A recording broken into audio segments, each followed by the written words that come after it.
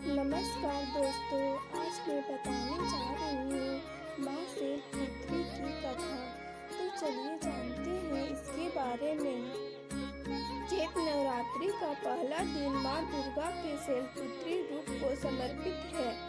इस दिन घट स्थापना और विधि विधान से पूजा अर्चना की जाती है। ऐसा मान्यता है कि धार्मिक मान्यताओं के अनुसार इस दिन माँ शैलपुत्री की व्रत कथा पढ़ने से सुनने से व्यक्ति की सभी इच्छाएं पूरी होती है। नवरात्रि के पहले दिन माँ शैलपुत्री की पूजा की जाती है। माँ शैलपुत्री का स्वरूप बेहद सौभाग्य है। माँ बेल पर सवार होकर और उनके दाहिने हाथ में त्रिशूल और बाएं हाथ में कमल का फूल है। माँ शैलपुत्री को पर्वतराज हिमालय की पुत्री माना जाता है। मान्यता है कि माँ अपने भक्तों की सभी मनोकामनाएं पूर्ण करती है और साधक के मूलाधार चक्र को जागृत करने में मदद करती है। मूलाधार चक्र हमारे शरीर में ऊर्जा का केंद्र है जो हमें स्थिर और सुरक्षित प्रदान करता है।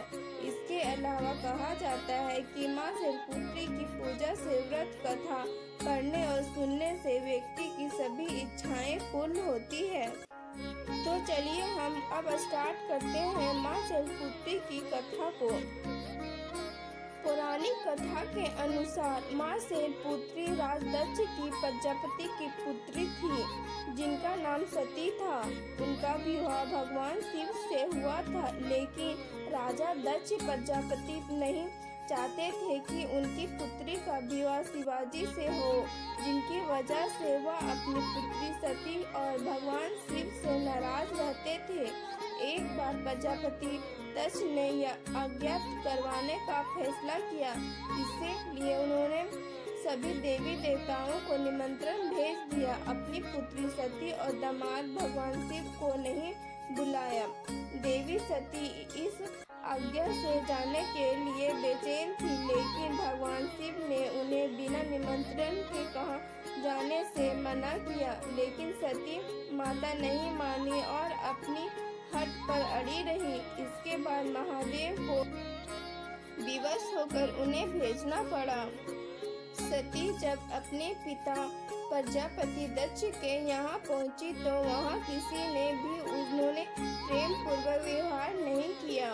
उनका और भगवान शिव का उपहास उड़ाया। इस व्यवहार से देवी सती बहुत आहत हुई और अपने पति का अपमान बर्दाश्त नहीं कर पाई और क्रोधवश वह स्थिति यह कुंड में बैठ गई। जब शिव को यह बात पता चली तो वे दुख और क्रोध से ज्वाला में जलते हुए पहुँचे और अज्ञा को ध्वस्त कर दिया। कहा जाता है कि इसके बाद देवी सती ने भी हिमालय पुत्र पर्वत के रूप में जन्म लिया। हिमालय की पुत्री होने के नाते देवी पार्वती को शैलपुत्री के नाम से जाना जाता है।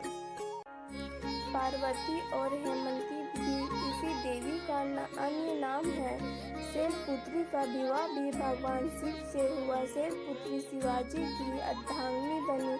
इसका महत्व और शक्ति अनंत है। अगर यह मेरी वीडियो पसंद आई हो तो मेरी इस वीडियो को लाइक, शेयर, कमेंट और सब्सक्राइब करना ना भूलें और ऐसे नए वीडियो के लिए बेल आइकन को दबाना ना भूलें। धन्यवाद।